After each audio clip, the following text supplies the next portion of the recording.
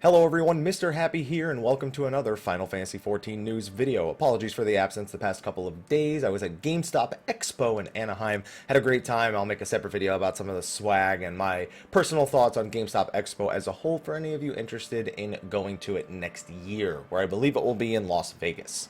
But anyway, let's talk about Final Fantasy XIV because we have under 2 weeks before the patch. We have the live letter this Friday, which Marco will be translating. Will be live on my channel this time, so twitch.tv/MrHappy1227. We also have a special treat for you after that, but we'll talk about that after we cover some of the more recent images. Now, first up here, we have some of the apartments. These are the apartment buildings that are going to be added, and we've also gotten a lot of clarification on information regarding housing. So, new apartments are being added. Originally, it was reported that the idea was that they were going to do 512 apartments per building, and that we just didn't know how many buildings there were going to be. It seems that we're going to be getting quite a few more buildings than we initially anticipated, but we're getting fewer rooms per apartment building than initially anticipated. We're only getting 90 rooms per apartment building. However, with all the different with all the different wards that are going to be available, each of them having those 90 housing areas, priced at 500,000 gil apiece, it's going to be just about over 6,000 apartments available when this feature launches in patch 3.4.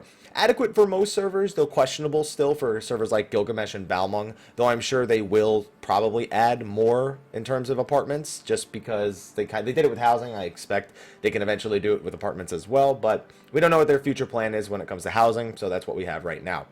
One bit of news that was much of a surprise to most people is that you'll actually be able to own an apartment if you even own your own private estate or a free company house. So it's separated from free company and private estate owning. This, of course, has people upset reasonably because a lot of people who want housing and want to even just have this apartment because they can't get a house otherwise now also have to compete with the people who already own those houses. And the people who own the houses, a lot of them have alts that meet the minimum requirements. You can't just make a level 1 alt and buy an apartment. I believe you need to have a minimum Grand Company rank of like 2nd Lieutenant or something like that and be at least level 50.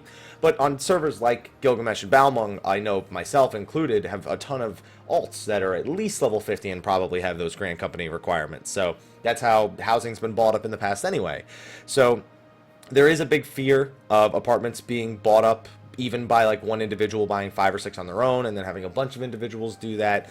And it's a legitimate fear, and I totally feel you. I don't think that people with housing should be able to own an apartment. I feel like apartments should be strictly for people who want one room, and they also don't want to have to worry about the automatic demolition, because apparently your apartment won't be automatically relinquished after 45 days like the normal housing follows those rules.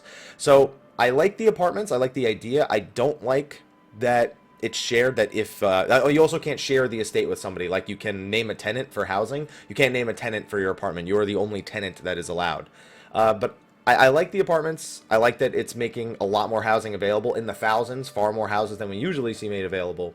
What I don't like is that even the people who already own 2 houses maybe on a server can also now eat up an apartment slot. I think that was a huge oversight, and I definitely think that's something that they shouldn't do. They'll do it. They won't reverse that by now, but they definitely I don't see them adding any sort of technical standpoint, just because apartments aren't registered as houses, so therefore people are free to own one. They just didn't link it in terms of the hardware on the back end. So that's what it is. But with over 6,000 houses, most of you won't have anything to worry about. It's really just Gilgamesh, Balmung, servers like that probably have some reason to fear actually not being able to get a house. And then, of course, the apartments have like a lobby area where you can hang out with other people, if that's up to you. It also has a stable, which everyone's free to use. So if you don't have it, if you've never been able to use chocobo stables before because you never owned a house, well, as long as you have an apartment, there is a public chocobo stable for people. Then there's some other things, like they're adding aquariums, they're adding an orchestrion playlist with shuffle features and replay features and things like that.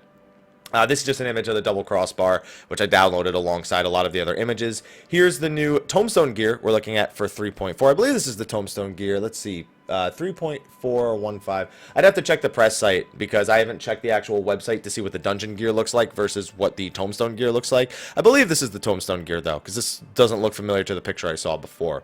I might actually have the dungeon gear in one of these later ones. I'll actually know pretty soon. So then we have Saint Endelum Scholasticate. You guys may remember back in 3.1, this side quest was introduced and it was never continued. It basically follows the politics behind Ishgard after losing King Thordan and after Ishgard exposed all of its 1,000 years of history, and how now there's conflict between who's highborn, who's lowborn. It's a lot of politics, but it's quite interesting. If you're interested in it, they're adding new quests in patch 3.4. Also, you get to see more of Briardian, whatever his name is, from the Hildebrand series back in 2.0. So definitely something worth looking into. These are the Triple Triad battle halls. Still questionable if this was really worth the resources, but it essentially is a location that you can enter via the Duty Finder, and it allows you to go into this battle hall and Triple Triad against players from other servers. I know, I don't see it being much of a feature. It's nice. I agree that it's something that Triple Triad should have had a long time ago. I don't think it's something that's important to Triple Triad now. But who knows? I could be wrong. Maybe it ends up being a huge hit. People like doing this, and they just, I don't know. Maybe it's just something that ends up being thrilling. I feel like without the ability to maybe earn points or buy cards through earning points here, maybe it loses some of its luster. But I mean, you do earn, I'd imagine you earn MGP because you earn it from regular matches, so maybe it's worth doing for some people.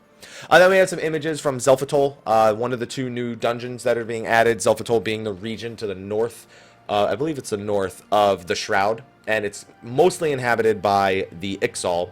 So it's just a 4-man dungeon, minimum item level 210 to enter.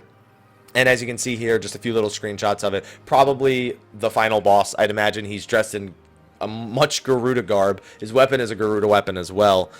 So probably going to be seeing a bit of that. Another boss, or maybe another ad that's hanging from a balloon. He's pretty big, so I'd imagine he's a boss. Then we have some pictures of the Great Gabal Library. Hard mode, we're revisiting the level 59 dungeon as a level 60 dungeon now. Again, minimum item level of 210 to enter. And then you guys have a few images here of some of the monsters. Some boogeyman, an imp. You have, looks like we're going down into the actual hallways, and I see this sort of rotting aura coming from some of the piles of books. Maybe ads will spawn out of them or something, or maybe it's part of a mechanic for a fight. We don't know yet. This is actually the demon that resided inside of the demon book. You can see the book behind him right there. So I guess it's a rematch against the demon book, or the demon tome that we fought before. Oh, this is the dungeon gear. Yeah, so the other gear was tombstone gear. This is the new dungeon gear. Personally, I think the new dungeon gear looks better than the new, tombstone gear. But that's just my personal feelings, especially I like the on the mask with the hat over there. I'm digging that right there. So I think this armor looks pretty cool, and it should be a decent item level for anyone who's kind of coming back and trying to catch up in the game. So as you increase your item level, you'll probably get in here. I think it'll probably be like, what was the last one? 215. So I guess this will be like 230-ish, somewhere in that vicinity. I usually know the pattern off the top of my head, but my brain is warped from all the traveling the last couple of days. Also, new Hildebrand quests. We had no Scholasticate. There's new Hildebrand as well. We've seen one of these images before, and all we know is that there's a group of individuals that are masquerading as legendary knights. So hopefully it'll be a decent story. I expect it'll probably be in about 15-20 minutes to complete this quest, so we'll see what they manage to accomplish. What is this? Is this the entrance to the battle? Yeah, I guess the images got a little mixed up. This is the entrance to the Triple Triad Battle Hall. These are the aquariums where any of the fish you catch, you can put them in the aquarium. You only have 1 aquarium per house, by the way, so you can't make an entire maze or a room full of aquariums, which is terribly upsetting to me.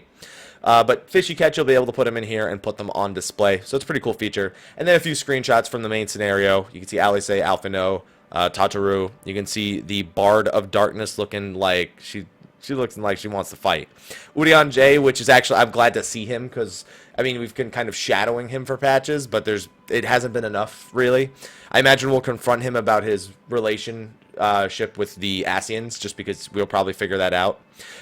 There's a lot of rumors, a lot of theories about this man right here. I won't go into them too much, but he's just a prominent figure who looks to be a part of the Alamigan resistance in some way. Some believe he's the would-have-been king. He was the old prince of Alamigo. No confirmations, though. And then we have this, which legitimately looks like they're ready to fight. Like, this doesn't look like it's part of a cutscene. This looks like, hey, we're going to fight these guys. But even if we do, I personally end up feeling like it's going to be like a solo trial against them in some way, shape, or form. Hopefully it's not, or hopefully even if they do that, we do get a real encounter against them at some point.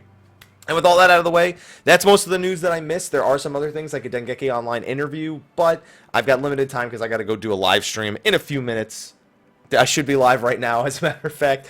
So I'm going to get going. Thank you, everyone, for watching this video. Be sure to like, favorite, subscribe, and share. Also, I was going to use these images from gamerescape.com, but I decided to do it from this. After the live letter, tomorrow night, Friday night, what is it, Friday the 16th? Friday, September 16th at 9:30 p.m. PDT is the live letter 32. It's the patch 3.4 part 2 preview. I imagine the trailer will be out tomorrow as well. After that's done, normally I go immediately and record my YouTube video, but this time I'm actually going to be joining the cast of Aetherite Radio. Marco and myself will be joining the cast of Aetherite Radio, and we'll be doing joining them for their podcast. So you can find that, and you can watch that immediately after the live letter translations at twitch.tv/gamerescape. I'll be sure to add a link to that in the description of the video below, although this will probably come out pretty late in the day, but you know, I have like 24 hours to see the video to know that it's happening. But anyway, thank you again. I gotta go live stream. Thank you so much. I will see you guys next time. Until then, take care.